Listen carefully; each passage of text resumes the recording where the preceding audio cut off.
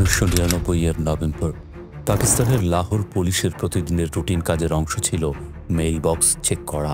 সেদিনও তারা তাই করছিল, আর তখনই তাদের হাতে আসে এক অদ্ভুত চিঠি। সেই চিঠি ছিল এক ভয়াবহ সত্যের উন্মোচন, এক সিরিয়াল কিলারের স্বীকারোক্তি। ওই চিঠিতে একটি নাম ও বয়সের তালিকা ছিল, যেখানে 6 থেকে 16 বছর বয়সী কিশোরদের নাম উল্লেখ করা হয়েছিল। সেই কিশোরদের কবে, কিভাবে হত্যা করা হয়েছে তার বিশদ বিবরণও ছিল তাতে। চিঠির একদম শেষে একটি ঠিকানা দেওয়া ছিল 16B রাবি রোড। প্রথম দিকে পুলিশ এই চিঠিকে তেমন গুরুত্ব দেয়নি। সে সময়ে পুলিশের ডাটাবেজ আজকের মতো উন্নত ছিল না। মামলার তথ্য থানাগুলোতে নথিভুক্ত থাকত হাতে লেখা নথিতে। ফলে চিঠিতে উল্লেখিত কিশোররা সত্যি নিখোঁজ কিনা তা তাৎক্ষণিকভাবে যাচাই করা সম্ভব হয়নি। আর সবচেয়ে বড় কথা, পুলিশ চিঠিটিকেই কোনো গুরুত্ব দেয়নি। দুপুর গড়িয়ে প্রায় রাত 12টা। লাহোর পুলিশের ডেপুটি সুপারিনটেন্ডেন্ট তারিক ক্যাম্বো পুলিশ সদস্যকে নিয়ে চিঠিতে দেওয়া সেই ঠিকানায় পৌঁছালেন। দরজায় কড়া নাড়তেই বেরিয়ে এলেন এক 38 বছর বয়সী মধ্যবয়স্ক লোক। দেখতে খুবই ভদ্র ও নিরুপদ্রব। পুলিশ চিঠির বিষয়ে জানতে চাইলে লোকটি যেন অবাক হয়, সবকিছু অস্বীকার করে।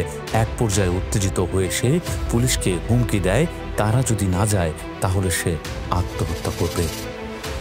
ডেপুটি তারিক ক্যাম্বো লোকটিকে গ্রেপ্তার বা জিজ্ঞাসাবাদ না করেই, এমনকি সেই বাসায় কোনো তল্লাশি না চালিয়েই ফিরে এলেন।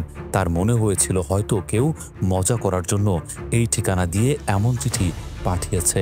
পুলিশ তখনও ঘুণাক্ষরেও টের পায়নি যে তারা পাকিস্তানের ইতিহাসের সবচেয়ে ভয়ঙ্কর সিরিয়াল কিলারকে হাতের মুঠোয় পেয়েও হাতছাড়া করে ফেলল।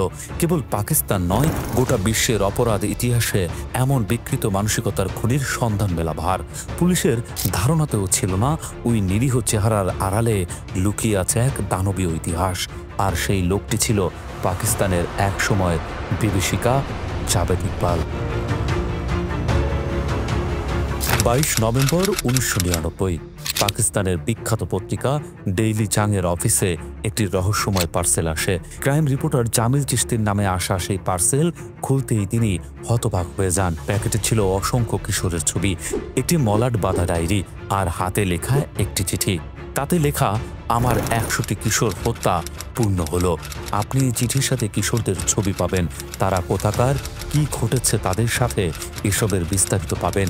আমি কি কি করেছি তা আপনার পত্রিকায় প্রকাশিত হোক। আমি আমার 32 পৃষ্ঠার একটি ডায়েরি আপনাকে পাঠালাম। এটি আমার পূর্ণাঙ্গ স্বীকারোক্তি। আপনার আমার বাসায় গেলে সকল প্রমাণও পাবেন। যখন বুঝতে পারবেন আমি কি করেছি, তখন সারা পৃথিবী আটকে উঠবে। চিঠিটি পড়ে জামিল চিশতির মাথায় দুটি সম্ভাবনা দ্রুত কাজ করে।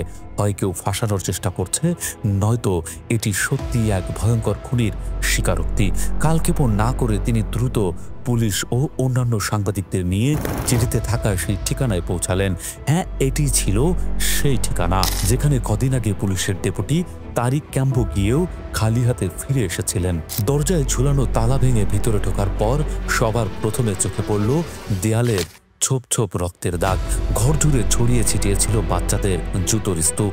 তার পাশেই একটি সোফার উপরে এলোমেলোভাবে রাখা ছিল বাচ্চাদের অনেকগুলো পোশাক। এছাড়াও একটি প্লাস্টিকের ব্যাগ পাওয়া যায়, যার ভেতরে ছিল আরও শিকারদের ছবি। আর অবশেষে তাদের চোখ পড়ল দুটি বিশাল অ্যাসিডের ড্রাম, আর যার ভেতরে পাওয়া গেল কয়েকটি বালকের দেহাবশেষ, হাড়গোড় ও অন্যান্য টুকরো। অ্যাসিড ভর্তি সেই ড্রাম থেকে তখনও বুদবুদ উঠছিল, সাথে তীব্র দুর্গন্ধ।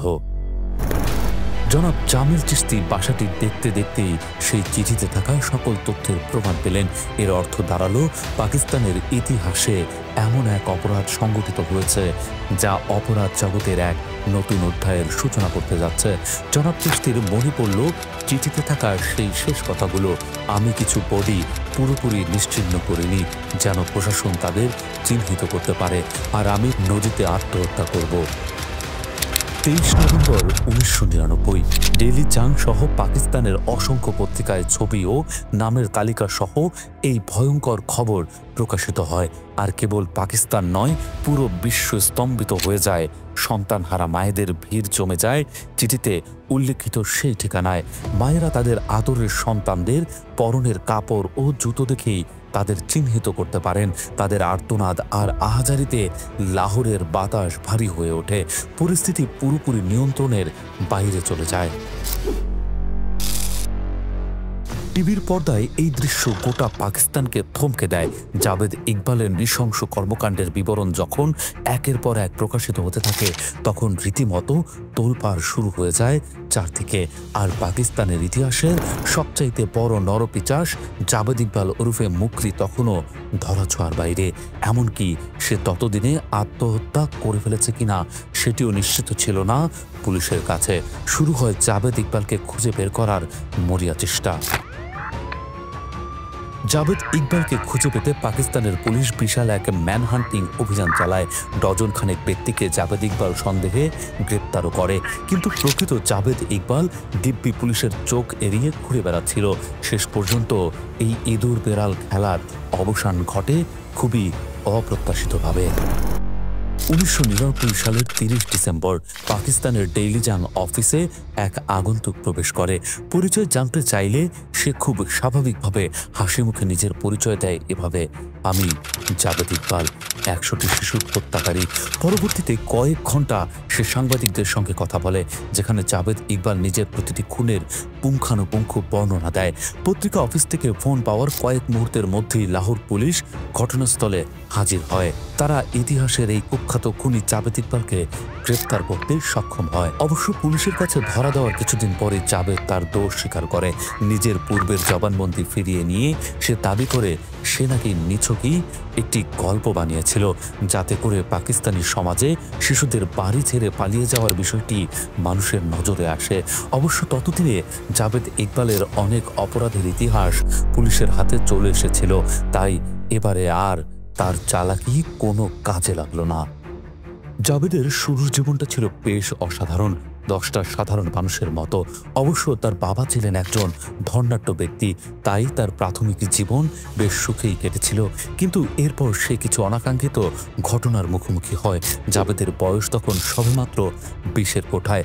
একবার ধর্ষণের অভিযোগে তাকে গ্রেপ্তার করা হয়। তার নিজের ভাষ্য, সে আসলে ধর্ষণের সাথে জড়িত ছিল না, পুলিশ তাকে জোর করে ফাঁসিয়ে দিয়েছিল। জাভেদের মা তাকে ভীষণ ভালোবাসতেন এবং ছেলেকে জেল থেকে বের করতে সম্ভাব্য সবকিছুই করেছিলেন, কিন্তু ব্যর্থ হন। অবশেষে জাভেদ যখন জেল থেকে ছাড়া পায়, ততদিনে পুত্রশোকে তার মা মারা গেছেন। মায়ের মৃত্যু সংবাদে প্রতিশোধের আগুনে জ্বলে ওঠে জাভেদ ইকবাল। সে ঠিক করে তার মাকে যে মানসিক যন্ত্রণা ভোগ করতে হয়েছে, সেই একই যন্ত্রণা যেন আরও 100 জন মাকে ভোগ করতে হয়, তারা যাতে বুঝতে পারে তার মায়ের কতটা কষ্ট হয়েছিল। এরপরে নিজের পরিকল্পনা মোতাবেক সে অপহরণ, ধর্ষণ ও 100 বালককে হত্যা করে। জাভেদের মূল লক্ষ্য ছিল 6 থেকে 16 বছর বয়সী বালকরা। বালকদের আকৃষ্ট করতে সে একটি ভিডিও গেম পার্লার চালু করে।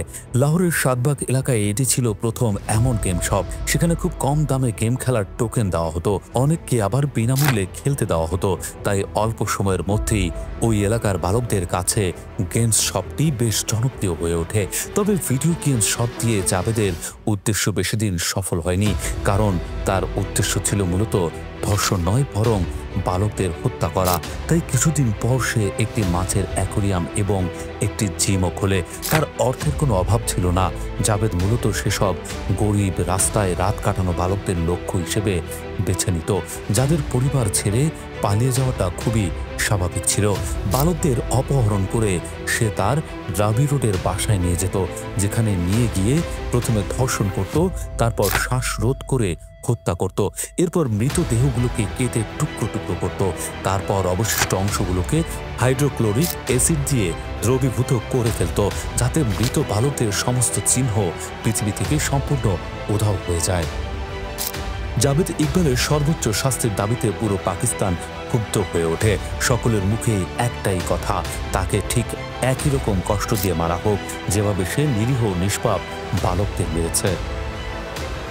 2000 সালের 16 মার্চ পৃথিবীর বিচারিক ইতিহাসের এক অদ্ভুত ঘটনা ঘটে। এদিন 100 খুনের আসামি জাবেদ ইকবালের রায় ঘোষণা করা হয়, যা ছিল জনতারই প্রত্যাশার প্রতিফলন। এদিন বিচারক পড়ে শোনান, জাবেদ ইকবাল 100 খুনের জন্য দোষী সাব্যস্ত হয়েছে। তার শাস্তি হলো তাকে 100 বার শ্বাসরোধ করে হত্যা করা হবে।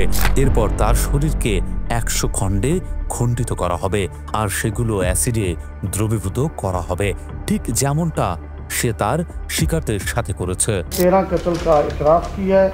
हर एक में उसको 14 साल सजा दी जाती है, जो टोटल 162 साल बनती है।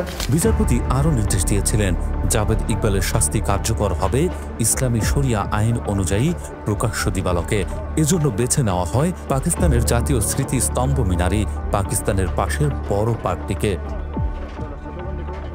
অবশ্য পাকিস্তানের সুশীল সমাজ এমন নৃশংস রায় মেনে নিতে পারেননি। সুশীল সমাজ বলেছিল, এমন শাস্তি প্রতিক্রিয়া বর্তমান সমাজে গ্রহণযোগ্য নয়। আর এর পক্ষে বিপক্ষে বেশ কিছুদিন ধরে পাকিস্তানের পরিস্থিতি উত্তপ্ত ছিল। সকল আলোচনা, সমালোচনা ও তর্ক বিতর্কের পর শেষ পর্যন্ত এই সিদ্ধান্ত গৃহীত হয় যে কোনো অদ্ভুত শাস্তি নয়, জাবেদ ইকবালকে চিরাচরিত পদ্ধতিতে ফাঁসি কাষ্ঠে ঝোলানো হবে। সেরকমই সব আয়োজনও সম্পন্ন করা হয়। পুরো জীবনের মতোই জাবেদ ইকবালের সমাপ্তিটাও ছিল বেশ অদ্ভুত। ফাঁসির রায় কার্যকর হওয়ার আগেই জাবেদ ইকবাল জেলের ভেতরে আত্মহত্যা করে। এভাবেই পাকিস্তানের ইতিহাসের ভয়াবহতম সিরিয়াল কিলারের জীবন অধ্যায়ের সমাপ্তি ঘটে।